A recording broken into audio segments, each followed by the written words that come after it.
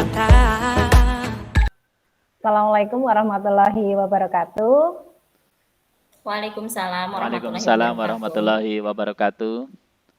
Mohon izin memperkenalkan diri. Kami merupakan CGP Angkatan 9 Kabupaten Cilacap. Pada kesempatan ini, kami akan melaksanakan tugas demonstrasi kontekstual modul 2.3 praktek coaching supervisi akademik.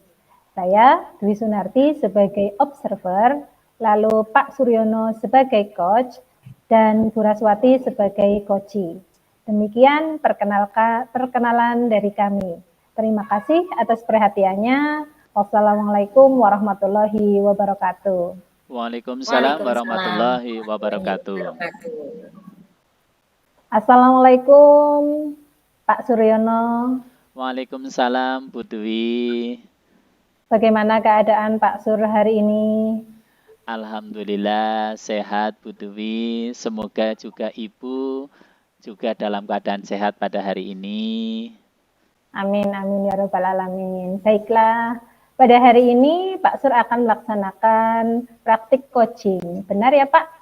Dengan siapa nggih? Iya, benar Bu. Nanti dengan Ibu Raswati. Baik, sebelum melaksanakan coaching, ada beberapa hal yang ingin saya tanyakan. Boleh Pak? Boleh, silakan. Oke. Dalam praktek coaching nanti, persiapan apa yang sudah dilakukan oleh Pak Suryono nggih? Iya Bu, dalam pelaksanaan coaching nanti saya sudah membuat rubrik penilaian berdasarkan alur tirta, yaitu tujuan, identifikasi, rencana aksi, serta tanggung jawab Bu. Ya keren itu Pak.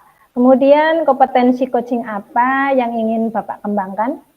Saya ingin mengembangkan ketiga kompetensi inti coaching Bu, seperti kesadaran penuh, mendengarkan aktif, dan mengajukan pertanyaan berbobot.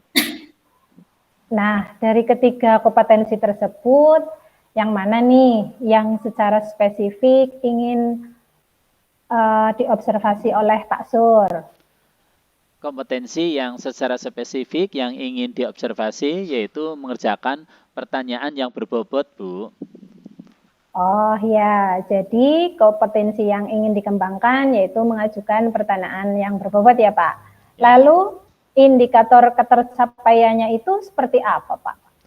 Indikator pencapaian mengajukan pertanyaan berbobot adalah menggunakan struktur kalimat terbuka, sehingga membuat Bu Raras harus menjawab sambil berpikir, sehingga muncul ide-ide yang belum terpikirkan sebelumnya untuk menemukan solusi pemecahan masalahnya sendiri.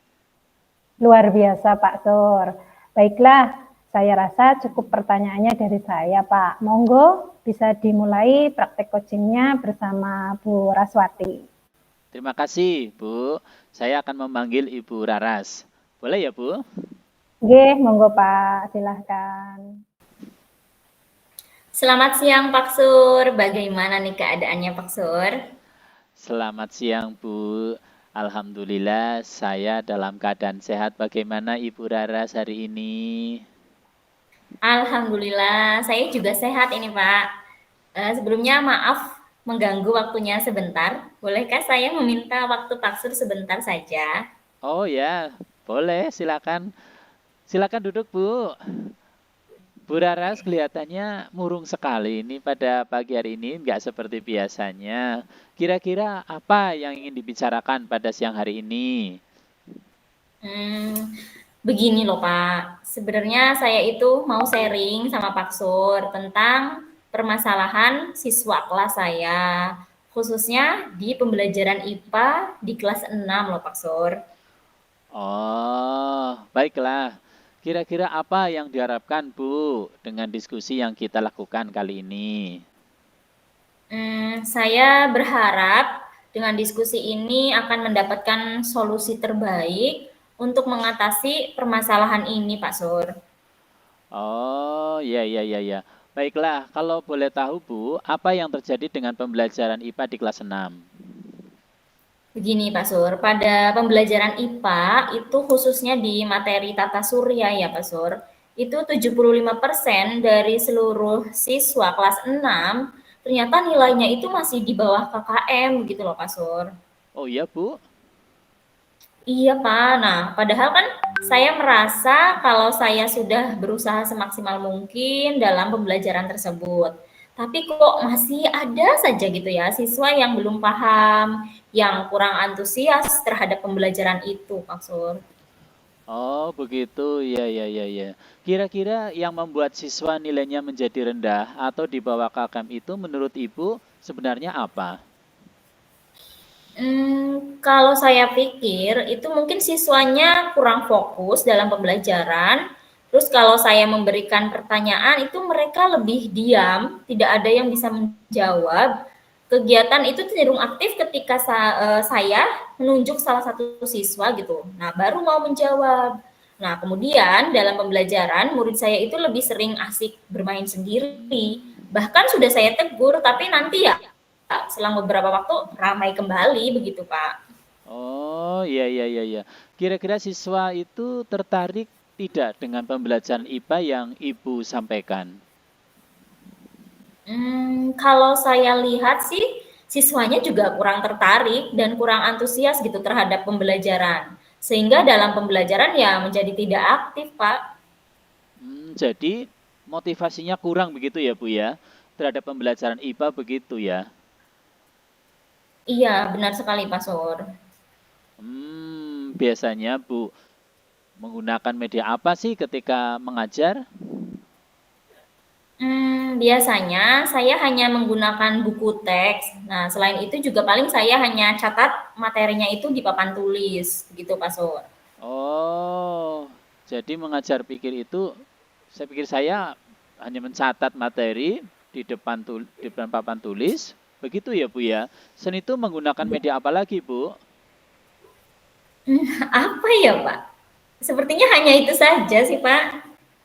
Oh, ya hanya itu ya Bu ya. Bu Sun, maaf Bu Rara sudah pernah mencoba metode pembelajaran yang lain belum? Kalau metode, mungkin saya biasanya menggunakan metode diskusi dan tanya jawab, Pak. Oh, diskusi. Baik, baik, baik. Menurut Bu, dari angka 1 sampai dengan 10, kira-kira upaya Ibu dengan menggunakan buku teks, mencatat, dan diskusi berada di posisi angka berapa untuk membuat anak fokus dan memahami materi tata surya ini, Bu? Menurut saya mungkin masih di posisi angka 5 ya, Pak. Karena hasil belajar siswa juga belum meningkat secara signifikan begitu, Pak. Oh, iya, iya, iya. Baik, baik. Jadi masih di posisi 5 ya, Bu ya? Baik. Ibu ingin meningkatkan menjadi angka berapa nih dalam beberapa minggu ke depan? Hmm, saya ingin meningkatkan menjadi di angka 8 deh, Pak. Delapannya seperti apa, Bu? Saya akan mencoba menyiapkan proses pembelajaran yang mampu meningkatkan motivasi dan keaktifan murid dengan mengakomodir gaya belajar murid mungkin ya, Pak. Oh, iya, iya, iya. Untuk bisa menyiapkan proses belajar yang mampu meningkatkan motivasi siswa serta mengakomodir gaya belajar murid-murid Ibu, apa saja yang sudah Ibu lakukan? Yang sudah saya lakukan, saya itu sudah membuat RPP berdiferensiasi, Pak. Nah, di dalamnya itu terdapat metode pembelajaran yang inovatif dan metode diskusi yang disesuaikan dengan minat siswa. Nah, saya juga menggunakan media pembelajaran yang lebih menarik, mungkin seperti tayangan PowerPoint, kemudian video pembelajaran yang ditayangkan menggunakan LCD proyektor, begitu, Pak. Oh, nah, itu ide bagus, Bu. Apalagi yang perlu ditambahkan supaya murid Ibu ini bisa fokus menyimak penjelasan Ibu pada saat Ibu mengajar dan mengakomodir gaya belajar siswa ya. Saya juga akan memberikan latihan soal mungkin, Pak, serta saya akan menyelipkan permainan dan praktik gitu ya, membuat tata surya secara langsung di kelas mungkin, Pak. Mantap sekali, luar biasa. Eh, Bisa tidak Bu, kalau misalnya menceritakan kembali apa yang sudah atau yang akan dilakukan? Bisa Pak. Untuk kedepannya, saya akan melaksanakan RPP berdiferensiasi yang sudah saya buat untuk mengakomodir gaya belajar siswa seperti menggunakan proyektor untuk menayangkan media PowerPoint atau video pembelajaran interaktif. Nah, kemudian mungkin siswa akan melakukan percobaan tentang tata surya menggunakan alat peraga konkret. Nah, setelah itu, siswa mengerjakan latihan soal tentang tata surya.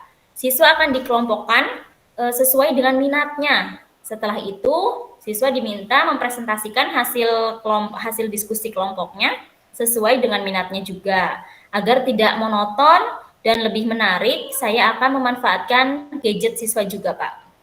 Luar biasa. Itu rencana yang bagus, Bu. Jadi, Bu Raras ini sebenarnya mampu menyelesaikan masalah sendiri. Nah, setelah melakukan upaya tersebut, kira-kira ukuran keberhasilan dari upaya yang dilakukan itu seperti apa ya, Bu? Ukuran keberhasilan dari upaya ini ya siswa lebih fokus terhadap pembelajaran sehingga motivasinya meningkat. Kemudian sehingga berealisasi positif terhadap peningkatan hasil belajarnya. Saya harap ya tidak ada lagi siswa yang mendapat nilai di bawah KKM gitu, Pak. Iya, ya. Jadi ukuran keberhasilannya yaitu siswa lebih fokus ya Bu ya, sehingga motivasi meningkat, hasil belajar juga meningkat, dan tidak ada lagi siswa yang mendapatkan nilai di bawah KKN, begitu ya Bu? Iya, benar sekali begitu Pak Sur. Kira-kira komitmen apa ini yang akan dilakukan Ibu Rara selanjutnya?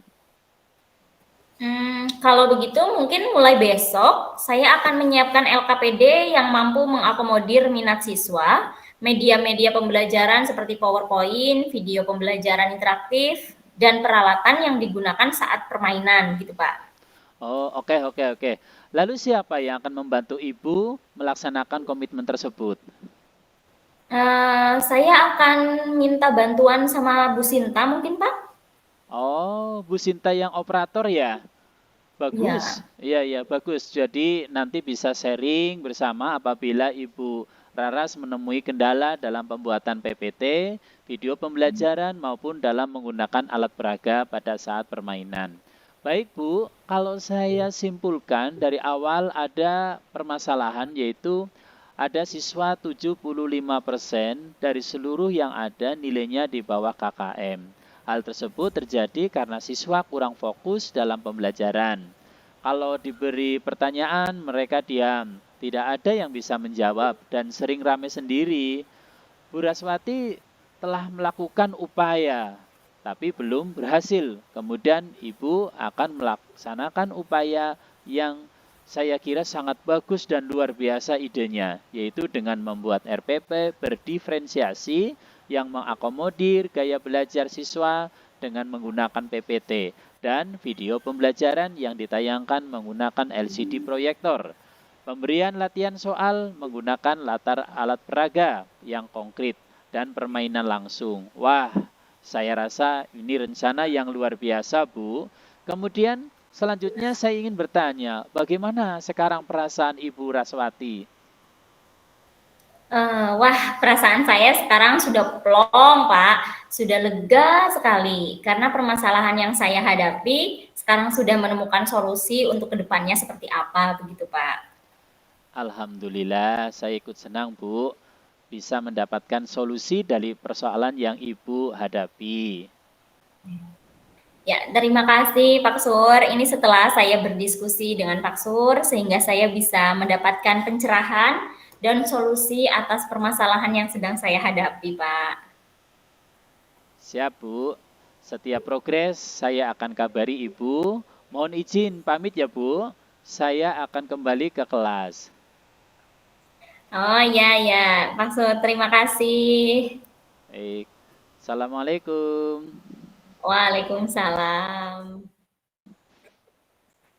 Baik Pak, setelah saya observasi Pak Sur tadi, ada beberapa pertanyaan yang ingin saya sampaikan Pak. Ya, silakan Bu. Yang pertama, apa yang sudah Pak Sur lakukan pada saat melakukan coaching ini, sehingga indikator ketercapaian pengembangan yang diinginkan terwujud, Pak? Ya, setelah saya melakukan coaching tadi ya Bu, saya merasa saya sudah menggunakan struktur kalimat terbuka sehingga membuat coach harus menjawab sambil berpikir. Sehingga muncul ide-ide yang belum terpikirkan sehingga coach mampu mendapatkan solusi dari permasalahannya sendiri. Oh iya Pak, memang benar sekali seperti yang terlihat oleh saya tadi. Pak Sur sudah hadir penuh, mendengarkan aktif, serta mengajukan pertanyaan berbobot. Permasalahannya sendiri begitu ya Pak? Ya, benar Bu. Untuk kedepannya, kompetensi apa lagi yang ingin dikembangkan berdasarkan hasil melakukan coaching yang baru saja dilakukan Pak Sur? Ya, kedepannya saya ingin mengembangkan kompetensi mendengarkan aktif, Bu, agar saya dalam percakapan coaching itu lebih fokus dan pusat komunikasinya itu pada diri coach. Juga agar supaya itu kedepannya menghindari penilaian terhadap coach secara pribadi yang mampu menghambat kompetensi mendengarkan aktif seperti asumsi, melabel, serta asosiasi.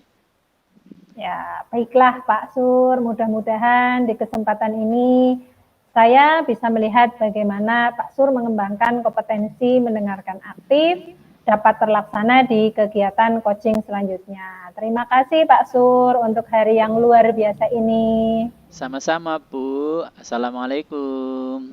Waalaikumsalam.